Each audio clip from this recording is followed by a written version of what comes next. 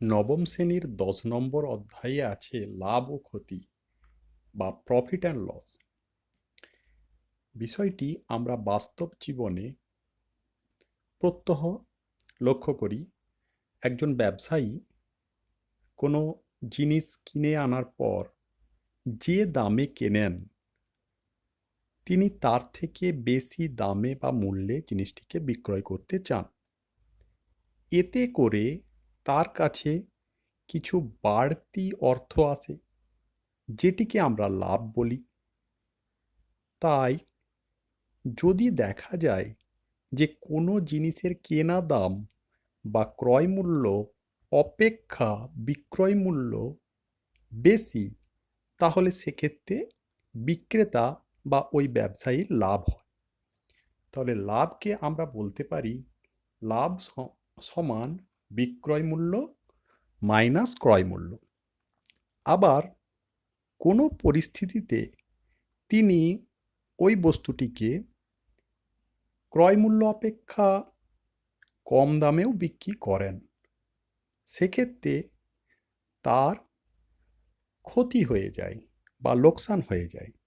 অর্থাৎ বিক্রয় মূল্য যদি ক্রয় মূল্যের থেকে কম হয়, তাহলে সেক্ষেত্রে ক্ষতি হয়। তাহলে ক্ষতি সমান বলতে পারি ক্রয় মূল্য মাইনাস বিক্রয় মূল্য, কেননা এক্ষেত্রে ক্রয় মূল্য বেশি। বিক্রয় মূল্য ড্যাশ ক্রয় মূল্য, এখানে যদি আমরা গ্রেটার দেন অথবা লেস দেন বসাই, হলে লাভ হয়। অর্থাৎ লাভের সময় কি হয়, বিক্রয় মূল্য অবশ্যই কি হবে, গ্রেটার দেন ক্রয় মূল্য হবে। আবার বিক্রয় মূল্য যদি লেস দেন ক্রয় মূল্য হয়, সেক্ষেত্রে ক্ষতি হয়। আর এই অধ্যায়ে জানতে হবে শতকরা লাভ ও শতকরা ক্ষতি। শতকরা লাভ বলতে বোঝায় মোট লাভ বাই ক্রয় মূল্য ইন্টু 100। এটি হচ্ছে শতকরা লাভকে আমরা এইভাবে সহজে নির্ণয় করতে পারি। অর্থাৎ তিনি যদি 100 টাকায় জিনিসটি কিনতেন, সেক্ষেত্রে তার কত লাভ হতো, সেটিকেই শতকরা লাভ বলতে বোঝায়। ঠিক একইভাবে শতকরা ক্ষতির অর্থ হলো কোনো এক ব্যবসায়ী যদি 100 টাকায় জিনিসটি কিনতেন, তাহলে সেক্ষেত্রে তার ক্ষতি কত হয়েছে সেটি নির্ণয়ের সূত্র হলো মোট ক্ষতি বাই ক্রয় মূল্য ইন্টু 100। যদি শতকরা লাভ বা শতকরা ক্ষতির কথা বলা থাকে, তাহলে আমরা ধরে নেব ক্রয় মূল্যের ওপরেই সেটিকে নির্ণয় করতে বলা আছে। এছাড়াও শর্তের ভিত্তিতে বিক্রয় মূল্যের ওপরেও আমরা শতকরা লাভ বা ক্ষতি নির্ণয় করি। কোষে দেখি 10.1-তে 3 নম্বর অঙ্কটিতে বলা আছে সুধীর কাকা 176 টাকা মূল্যে একটি ঘড়ি বিক্রি করেছেন। যদি ঘড়ি বিক্রি করে সুধীর কাকার 12% ক্ষতি হয়, তাহলে হিসাব করে দেখি তিনি কত টাকায় ঘড়িটি কিনেছিলেন। তাহলে এখানে সবথেকে ইম্পর্টেন্ট অংশ হচ্ছে এই অংশটি, 12% ক্ষতি। এই কথাটির অর্থ বুঝে নিতে পারলেই এই অঙ্কটি হয়ে যাবে। কিভাবে অঙ্কটি করা যেতে পারে, ঘড়িটির কোন অংশটি দেওয়া আছে, বিক্রয় মূল্যটি দেওয়া আছে, এখান থেকে আমাকে ক্রয় মূল্য বের করতে হবে।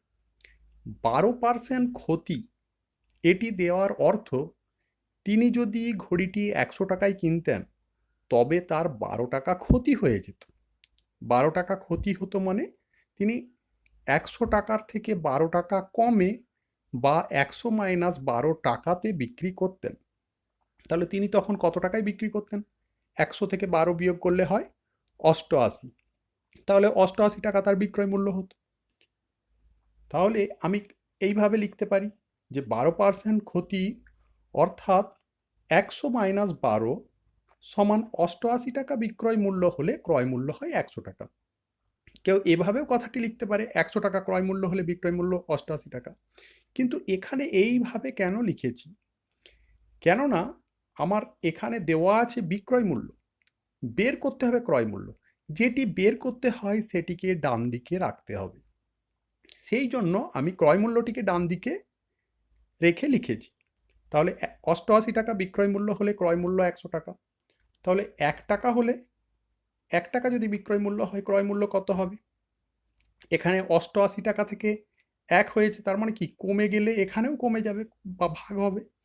তাহলে 100/88 টাকা। তাহলে 176 টাকা হলে বিক্রয় মূল্য হলে ক্রয় মূল্য কত হবে? তাহলে 176 দ্বারা এই অংশটিকে গুণ করতে হবে। তাহলে গুণ করলে কি হবে? 88 আর 176 এরা ক্যান্সেল আউট হয়ে এখানে 2 আসবে। তাহলে এর কেটে গেল, কেটে গিয়ে এখানে এলো 2। তাহলে 100কে 2 দিয়ে গুণ করলে হয় 200 টাকা। তাহলে 176 টাকা যদি বিক্রয় মূল্য হয়, ক্রয় মূল্য পেলাম 200 টাকা। অর্থাৎ আমাদের এই অঙ্কটির উত্তর হলো 200 টাকা। তিনি ঘড়িটি 200 টাকাতে কিনেছিলেন। পরের অঙ্কটি বলা আছে, আনোয়ারা বিবি 10টি লেবু 30 টাকায় কিনে প্রতি ডজন 42 টাকায় বিক্রি করলেন। হিসাব করে দেখি আনোয়ারা বিবির শতকরা কত লাভ বা ক্ষতি হলো। এই অঙ্কটি করার জন্য এখানে সংকেত দেওয়া আছে। তবে তার আগে আমি একটি কথা বলে নিই। এখানে 10টি লেবু কিনেছিলেন, কিন্তু বিক্রির সময় যেটির দাম দেওয়া আছে সেটি 10টি লেবুর নয়, 12টি লেবু। 1 ডজন মানে 12টি। তাহলে 12টি লেবুর দাম দেওয়া আছে।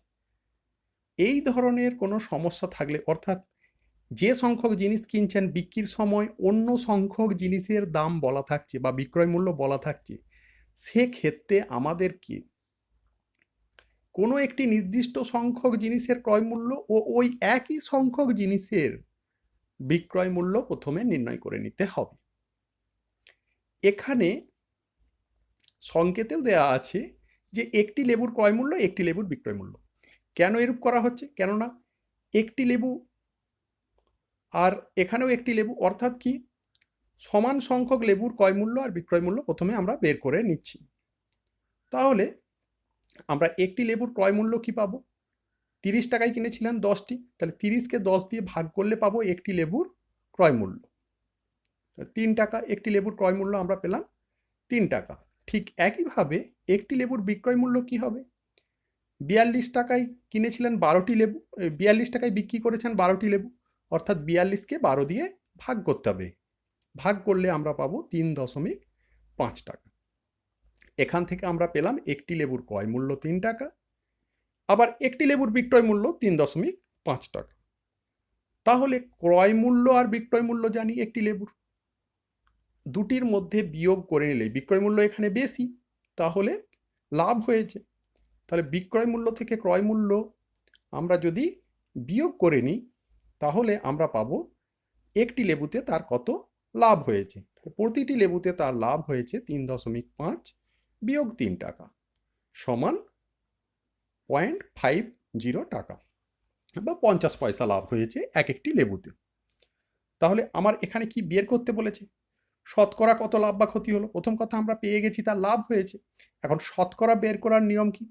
শতকরা বের করার নিয়ম হলো মোট লাভ বাই ক্রয় মূল্য ইন্টু 100। এই ফর্মুলাটি আমরা আগেই জেনেছি। তাহলে এই ফর্মুলা আমরা প্রয়োগ করলে কি পাবো?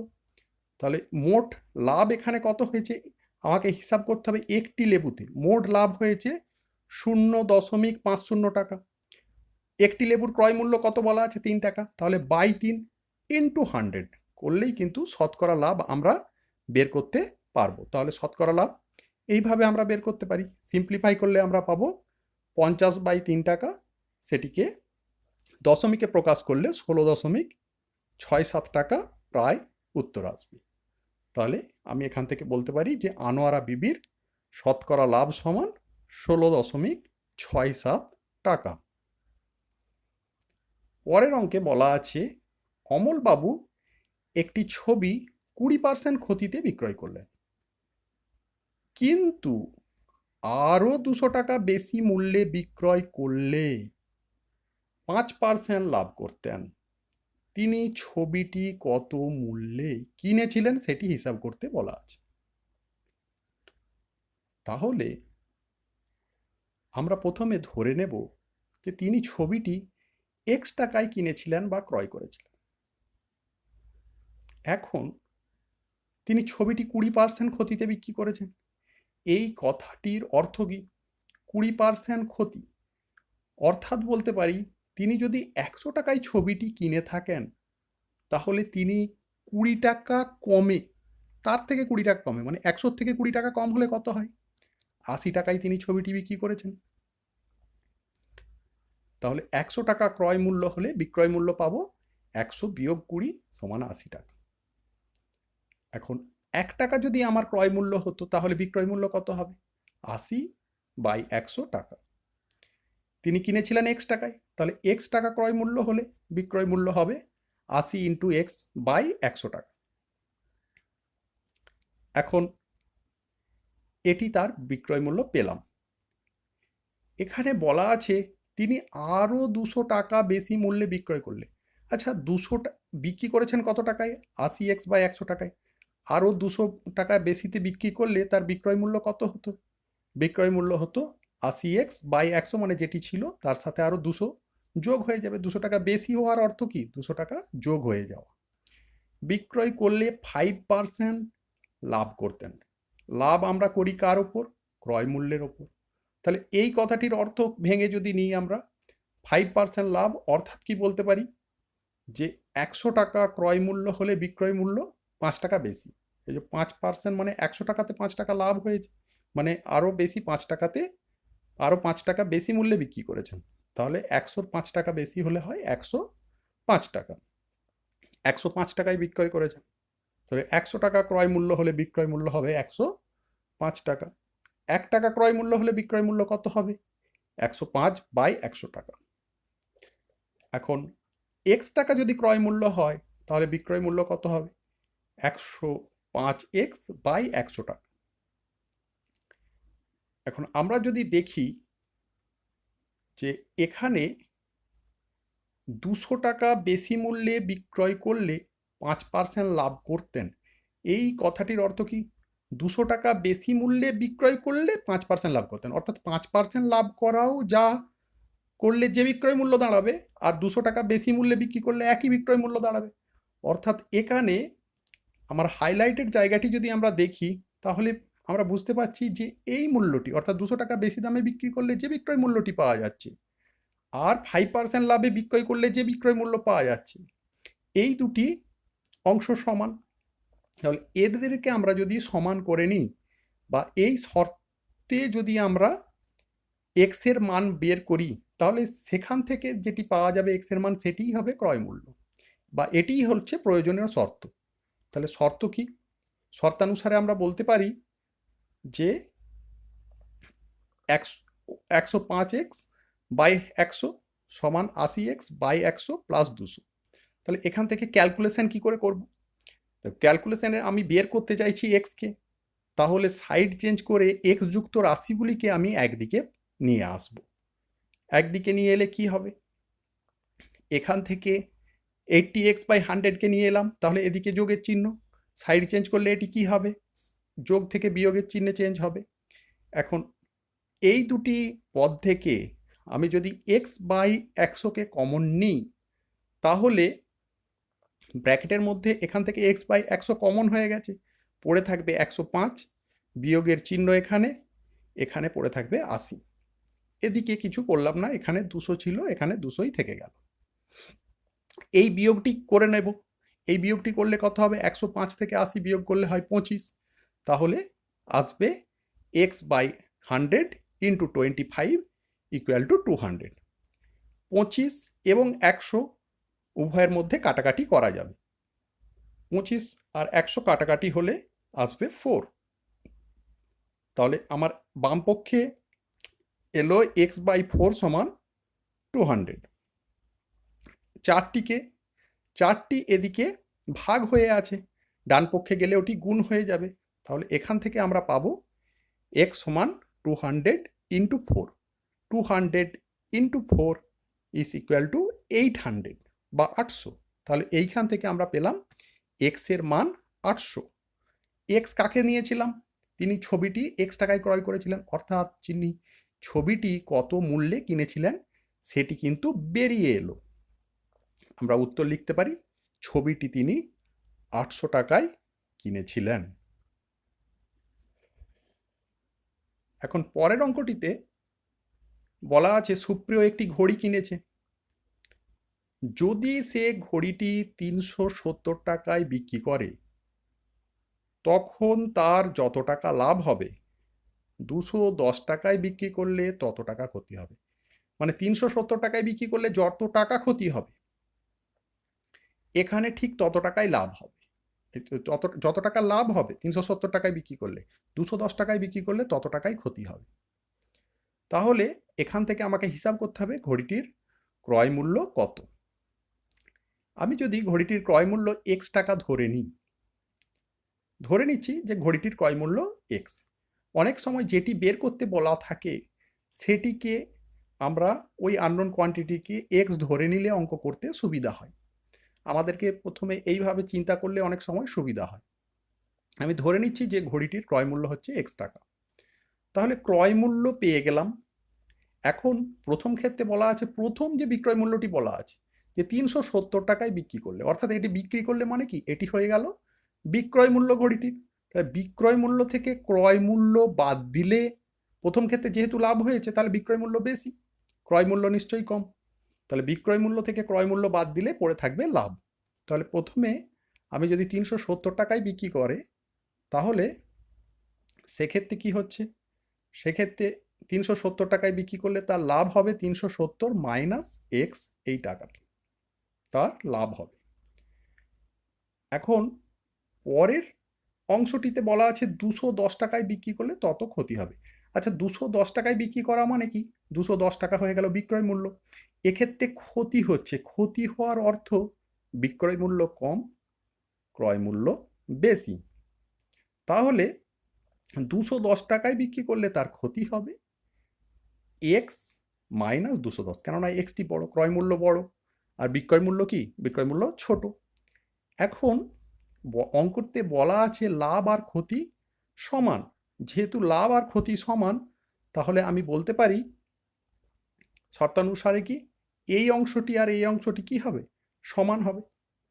তাহলে শর্তানুসারে আমরা বলতে পারি 370 বিয়োগ এক্স সমান এক্স বিয়োগ 210। এখান থেকে এক্স এর ভ্যালুকে আমার বের করতে হবে। তাহলে কিভাবে করব, প্রথমে এই দুটি অংশকে আমি ঘুরিয়ে নিচ্ছি। ঘুরিয়ে নিলে কি হবে, ঘুরিয়ে নিলে এই পার্টটি এখানে চলে আসবে, ডান পক্ষটি বাম পক্ষে চলে আসবে, বাম পক্ষটি ডান পক্ষে চলে আসবে। এখন এই এক্সটি এদিকে আছে মাইনাস, এটিকে এদিকে নিয়ে এলে প্লাস এক্স আসবে।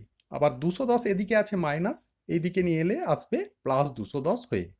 তাহলে আমার হলো এক্স প্লাস এক্স সমান 370 প্লাস 210। তাহলে এক্স আর এক্স এর যোগফল হয় 2x। তাহলে 2x ইজ ইকুয়াল টু, এদিকে যোগ করে নিলে আমরা পাবো 580। তাহলে এক্স সমান কি আসবে, 2 এদিকে গুণ হয়ে আছে এক্স এর সাথে, 2x এর অর্থ হলো 2 ইন্টু এক্স। তাহলে এক্স রেখে 2কে ওদিকে পাঠালে কি হবে, 2 ওদিকে গুণ হয়ে আছে ভাগ হয়ে যাবে। তাহলে এক্স সমান আসবে 580/2 অর্থাৎ 290। এক্স আমরা নিয়েছিলাম ঘড়িটির ক্রয় মূল্য, তাহলে এখান থেকে আমাদের ঘড়িটির ক্রয় মূল্য বেরিয়ে এলো, ঘড়িটির ক্রয় মূল্য হলো 290 টাকা। পরের অঙ্কটি বলা আছে আমার দিদি অরুণ মামার দোকান থেকে 255 টাকায় একটি ছাতা কিনল। তাহলে এই 255টা কি, 255 হলো ছাতাটির দিদির জন্য ক্রয় মূল্য, আর অরুণ মামার জন্য ছাতাটির কিন্তু বিক্রয় মূল্য। যিনি বিক্রি করছেন তার কাছে এটি বিক্রয় মূল্য, ঠিক আছে। এখন বলা আছে অরুণ মামা যদি ছাতাটির ধার্য মূল্যের উপর 15% ছাড় দিয়ে থাকেন তবে ছাতার ধার্য মূল্য কত ছিল হিসাব করে লিখি। প্রথমে আমরা ধার্য মূল্য কাকে বলে বিষয়টা একটু জেনে নিই। ধার্য মূল্য কথাটার অর্থ হলো বিক্রেতা কোনো জিনিসের উপর যে দামটি লিখে রাখেন সেটিই হচ্ছে ধার্য মূল্য। আমরা দোকানে গিয়ে যখন কোনো জিনিস কিনি, দোকানের একটি দাম লেখা থাকে বস্তুটির ওপরে, সেই দামটিই হলো ওই বস্তুটির ধার্য মূল্য। এখন দোকানদার বা বিক্রেতা আমাদেরকে সেই দামে জিনিসটি দিতেও পারেন, অথবা কিছুটা ছাড় দিয়েও দিতে পারেন। অর্থাৎ সেই দামেই যে বিক্রি করবেন এমন কোনো নিশ্চয়তা নেই। তাহলে সেটি সবসময় যে বিক্রয় মূল্যের সঙ্গে সমান হবে এমন নাও হতে পারে। আমরা যদি একটা উদাহরণ নিই, দেখা যাক, ধরা যাক কোনো একটি জিনিস আছে, হয়তো ধরে নিচ্ছি আমি একটি শ্যাম্পুর বোতল আছে, সেই শ্যাম্পুর বোতলে 210 টাকা দাম লেখা আছে। কিনতে গিয়ে দোকানদারকে বলা হলো আপনি কিছু কম দাম নিন, দোকানদার হয়তো 190 টাকা দাম নিল। তাহলে আমরা এক্ষেত্রে বলতে পারি, এই উদাহরণটিতে বলতে পারি যে জিনিসটির ধার্য মূল্য 200 টাকা, কেননা ওই শ্যাম্পুর বোতলের গায়ে 200 টাকা লেখা আছে। আবার দোকানদার আমার কাছ থেকে নিল 190 টাকা, অর্থাৎ এক্ষেত্রে তিনি যে দামটি নিলেন সেটি কিন্তু বিক্রয় মূল্য হলো, আর যে দামটি লেখা ছিল সেটি হলো ধার্য মূল্য। এইভাবে আমরা বিষয়টিকে ভাবতে পারি। এখন অঙ্কটিতে আসা যাক। ছাতার ধার্য মূল্যের ওপরে 15% ছাড় দিয়েছেন, অর্থাৎ ধার্য মূল্য যেটি ছিল বা যে দামটি লেখা ছিল তিনি সেটি কিন্তু নেননি। তখন ছাতার ধার্য মূল্য কত ছিল, তাহলে সেটি আমরা হিসাব করে লিখব। আমরা ধরে নিচ্ছি যে যেহেতু ছাতাটির ধার্য মূল্য আমাকে হিসাব করতে বলেছে, তাহলে আমরা ধরে নিচ্ছি ছাতাটির ধার্য মূল্য x টাকা। এই ধার্য মূল্যটি আমরা নির্ণয় করব। তাহলে প্রথম কন্ডিশন কি বলা আছে, যে ধার্য মূল্যের ওপর 15% ছাড় দিয়ে থাকে। তাহলে ধার্য মূল্য কত, এক্স, এক্স এর 15%, তাহলে এক্স এর 15% কথাটির অর্থ কি? তাহলে আমরা এটি বের করলেই বেরিয়ে যাবে যে কত টাকা তিনি ছাড় দিয়েছেন। তাহলে এক্স এর মানে এর অর্থ হচ্ছে গুণিত, আর 15% মানে 15/100 দিয়ে গুণ, 100-র মধ্যে 15। তাহলে এইভাবে আমরা সেটিকে লিখতে পারি, এক্স এর 15% কথাটির অর্থ হলো এক্স, এর অর্থ হলো গুণিত, 15%-এর অর্থ হলো 15/100। তাহলে এত টাকা, এটিকে আমরা বলতে পারি 15x/100 টাকা, অর্থাৎ এই টাকাটি তিনি ছাড় দিয়েছেন। জিনিসটির গায়ে দাম লেখা ছিল x টাকা, ছাড় দিচ্ছেন এই টাকা। তাহলে এখান থেকে আমরা বিক্রয় মূল্য বের করে নিতে পারবো। বিক্রয় মূল্য সমান হচ্ছে ধার্য মূল্য মাইনাস ছাড়, যেটি ধার্য মূল্য লেখা ছিল আর তিনি যত টাকা ছাড় দিলেন, তাহলেই আমরা পেয়ে যাব বিক্রয় মূল্য। তাহলে ধার্য মূল্য ছিল x টাকা, ছাড় হয়েছে 15x/100 টাকা। তাহলে দুটির মধ্যে বিয়োগ করে নিলে পাবো x মাইনাস 15x/100 টাকা, অর্থাৎ বিয়োগ করে নিলে এখানে 100 লসাগু হবে। তাহলে 100 দিয়ে x কে গুণ হলে 100x মাইনাস 15x, 100 থেকে 15 বিয়োগ করলে হয় 85, তাহলে 85x/100 টাকা। এটি পেলাম আমরা ছাতাটির বিক্রয় মূল্য। এখন এখানে কন্ডিশন কি দেওয়া আছে, দিদি অরুণ মামার দোকান থেকে এই দামে ছাতা কিনলো। দিদি কিনেছে, কিন্তু অরুণ মামা কি করেছে, বিক্রি করেছে। তাহলে এই 255 টাকাটি কি অরুণ মামার ক্ষেত্রে বিক্রয় মূল্য। আবার এখানে বিক্রয় মূল্য পাচ্ছি কত, 85x/100। তাহলে শর্তানুসারে এই দুটি টাকা সমান হওয়া উচিত, কেননা এটিও ছাতার বিক্রয় মূল্য বোঝাচ্ছে, ওই একই ছাতার বিক্রয় মূল্যও বোঝাচ্ছে 255 টাকা। তাহলে শর্তানুসারে আমরা কি বলতে পারি, 85x/100 ইকুয়াল টু 255। এখান থেকে x কিভাবে ক্যালকুলেট করতে পারি বা বের করতে পারি, তাহলে x কে রেখে বাকি অংশটিকে ডান পক্ষে পাঠাতে হবে। তাহলে 100 কোথায় আছে, 100 আছে হরে, হরে আছে 100, তাহলে লবে গুণ হয়ে যাবে 100, আর লবের 85 চলে আসবে হরে। তাহলে আমরা সাইড চেঞ্জ করলে কি পাবো, x সমান পাবো 255 ইন্টু 100/85। এখন এটিকে সিম্পলিফাই করলে আমরা কি বলতে পারি, 85কে 255 দিয়ে এটি কাটাকাটি হয়ে 3 আসবে, 3 ইন্টু 100 ইকুয়াল টু 300, অর্থাৎ x এর মান পেলাম 300। x কি ধরেছিলাম, ওই ছাতাটির ধার্য মূল্য। তাহলে আমরা পেলাম ছাতাটির ধার্য মূল্য 300 টাকা।